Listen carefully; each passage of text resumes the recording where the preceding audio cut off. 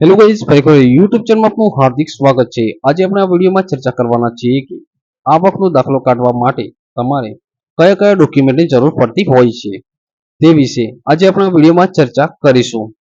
જો તમે અમારી ચેનલ પર નવા હોય તો અમારી ચેનલને સબસ્ક્રાઇબ કરી દેજો અને વિડીયો ગમે તો લાઈક અને શેર કરી દેજો અને ચેનલ સબસ્ક્રાઇબ કર્યા બાદ બાજુમાં આપેલા બેલ આઇકન બટન પર ક્લિક કરવાનું ભૂલતા નહીં। તો ચાલો મિત્રો વિડીયોની શરૂઆત કરીએ। તો મિત્રો આ જ ટાઈપના દરેક નવી નવી યોજનાઓના વિડીયો તેમજ દરેક નવી નવી અપડેટેડ વિડીયો તમારા સુધી ઝડપથી પહોંચી રહે તે માટે હજુ પણ તમે અમારી ચેનલ સબસ્ક્રાઇબ ના કરી હોય તો પહેલા અમારી ચેનલ સબસ્ક્રાઇબ કરો અને બાજુ આપેલા બેલ બટન પર ક્લિક કરવાનું ભૂલશો નહીં। તો અત્યારે જે આપણે વિડીયોમાં વાત કરવા જઈ રહ્યા છીએ કે આવકનો દાખલો કાઢવા માટે તમારે કયા કયા ડોક્યુમેન્ટની જરૂર પડશે, જાણી લો તમામ માહિતી એક જ વિડીયોમાં। નેક્સ્ટ, સૌપ્રથમ જાણો આવકના દાખલા માટે જરૂરી પુરાવા। તો તમારે જરૂરી પુરાવા આવકનો દાખલો કાઢવા માટે તમારે 7 પુરાવાની જરૂર પડતી હોય છે। તેમાં પહેલો પુરાવો છે અરજદારનું આધાર કાર્ડ, બીજા નંબરનો જે પુરાવો છે કે અરજદારનું રેશન કાર્ડ, ત્રીજા નંબરનો જે પુરાવો છે કે અરજદારનું છેલ્લું લાઇટ બિલ, અને જો છેલ્લું લાઇટ બિલ ના હોય તો વેરા બિલ, જો વેરા બિલ ના હોય, જો ભાડેથી રહેતા હોય તો તો ભાડા કરાર। હજી ચોથા નંબરનો જે પુરાવો છે કે અરજદારના રહેણાંકની આસપાસના બે ઉક્ત પડોશીના આધાર કાર્ડ પંચનામું જે કરવામાં આવે છે તેના માટે જે અરજદારનો જે ઘરની જે આજુબાજુ જે રહેતા હોય તે બંને બે સાક્ષી માટે તમારે બંનેના એટલે બે માણસના તમારે આધાર કાર્ડની જરૂર પડશે। પાંચમા નંબરનો જે પુરાવો છે કે 3 રૂપિયાની કોર્ટ ફીની ટિકિટ તમારે મેળવવાની રહેશે જે ફોર્મ પર લગાડવામાં આવે છે। છઠ્ઠા નંબરનો જે પુરાવો છે કે 50 રૂપિયાની સ્ટેમ્પની જરૂર પડશે તમારે। સાતમા નંબર જે પુરાવો છે કે મેયર, સાંસદ, ધારાસભ્ય કોઈ પણ એક પાસેથી તમારે મળતો આવકનો દાખલો તમારે લાવવાનો રહેશે। નીચે જે સૂચના આપી છે કે દરેક ડોક્યુમેન્ટ ભેગા કરી ઓળખના સપુરાવાની ઝેરોક્સ કરાવી, એટલે કે જે તમારા જે ડોક્યુમેન્ટ છે દરેક ડોક્યુમેન્ટ તમારે ભેગા કરી અને તેની તમારે ઝેરોક્સ કરાવવાની રહેશે। ઝેરોક્સ કરાવ્યા બાદ નોટરીના સહી સિક્કા એટલે કે નોટરીના સહી સિક્કા કરાવવા એટલે કે નોટરીના તમારે સહી સિક્કા કરવાના રહેશે તથા ઓરિજિનલ પુરાવા સાથે રાખવાના રહેશે। તમારા ઓરિજિનલ જે ડોક્યુમેન્ટ હોય છે તે તમારે સાથે રાખવાના હોય છે એટલે કે જોડે રાખવાના હોય છે। નેક્સ્ટ જે વાત કરવામાં આવી છે કે આવકના દાખલા માટેના આવેદનની સૂચનાથી તમે જે આવકના દાખલા માટે તમારે શું તમારે કરવાનું છે અને કઈ કઈ જગ્યા પર તમારે જવાનું છે, કઈ કચેરીએ જવાનું છે અને તમારે કઈ એટલે કે જે આવેદનની પ્રક્રિયા, જે આવેદન જે હોય છે આવકના દાખલા માટે જે આવેદનની જે પ્રક્રિયા હોય છે તેના વિશે આ સૂચનાઓ આપેલી છે।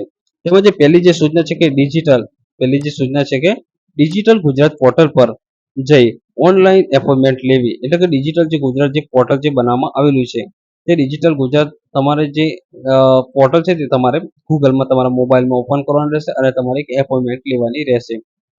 અને જે કાઉન્સમાં જે સૂચના અલગથી બીજી આપવામાં છે, જો આપના જિલ્લા એટલે કે જો આપના ઝોન કે જિલ્લામાં લાગુ પડે તો એટલે કે તમારા જિલ્લામાં લાગુ પડતું હોય તો બીજા નંબરની જે સૂચના આપેલી છે કે એપોઇન્ટમેન્ટની રસીદ અને પુરાવાઓ લઈ પોતાના વિસ્તારને લગતી મામલતદારશ્રીની કચેરી તથા નાગરિક સુવિધા કેન્દ્ર પરથી આવકના દાખલા માટેનું ફોર્મ મેળવવાનું રહેશે।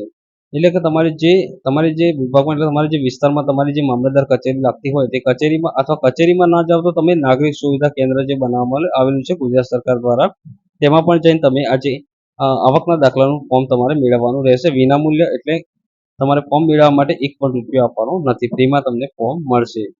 ત્રીજા નંબરની જે સૂચના પણ છે કે ફોર્મ ભર્યા બાદ ત્રીજા નંબરની જે સૂચના છે ફોર્મ ભર્યા બાદ 3 રૂપિયાની કોર્ટ ફી ટિકિટ ફોર્મના જે આગળના પાને ખાલી જગ્યા જોઈને તમારે લગાડવાની રહેશે અને અન્ય બધા ડોક્યુમેન્ટની ઝેરોક્સ ફોર્મ સાથે પિન કરવાની રહેશે।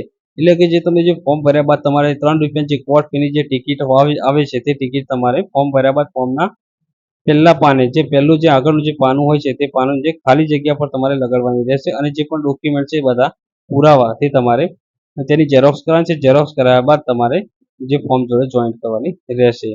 નેક્સ્ટ જે ચોથી જે સૂચના આપવામાં આવી છે કે ફોર્મની પ્રક્રિયા પૂર્ણ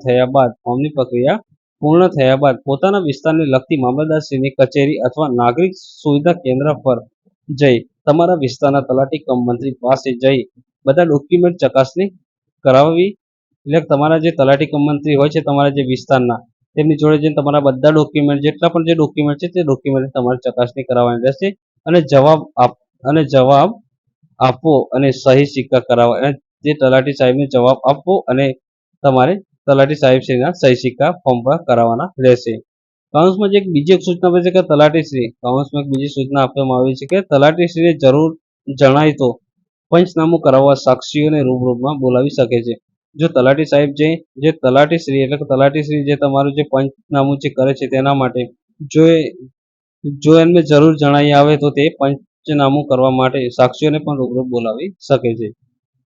5મી જે સૂચના છે કે તલાટીશ્રીના સહી સિક્કા કરાવ્યા બાદ આવકના દાખલા માટે ફોટો પડાવવાના સ્થળે જવું. એટલે કે તલાટી સાહેબશ્રીના જે સહી સિક્કા થઈ ગયા બાદ તમારે જે ફોટો પડાવવામાં આવે છે જે આવકના દાખલા માટે, તેમાં તમારે જે જગ્યા પર તમારે જે મામલતદારશ્રી કચેરીમાં જે ફોટો પાડી જે ફોટા પાડવાની જે પ્રોસેસ હોય છે જે દાખલા કઢાવવા માટે તે સ્થળે તમારે જવાનું રહેશે. 6 નંબરની જે સૂચના છે કે આવકના દાખલા માટેના ફોટો પડાવવાના સ્થળે નજીવી કે ચૂકવવી ફોટો પડાવી રસીદ અચૂક મેળવવી. એટલે કે તમારે જે ફોટો પડાવી તમારે જે રસીદ મેળવવાની, એટલે અચૂક એટલે તમારે રસીદ તમારે ફરજિયાત મેળવવાની રહેશે. અને જે 7મા નંબરની જે સૂચના છે કે રસીદમાં આવકના દાખલા મેળવવાની તારીખ જોઈ તે તારીખે તમારો આવકનો દાખલો મેળવી લેવો. એટલે કે જે આવકનો દાખલા માટે ફોટા પાડ્યા બાદ તમને એક રસીદ આપવામાં આવે છે. તે રસીદમાં તારીખ આપેલી હોય છે, તે તારીખે જઈને તમારે દાખલો તમારો મેળવવાનો રહેશે. અને દરેક ડોક્યુમેન્ટ ભેગા કરી ઓળખના સૌ પુરાવાની ઝેરોક્સ કરાવી,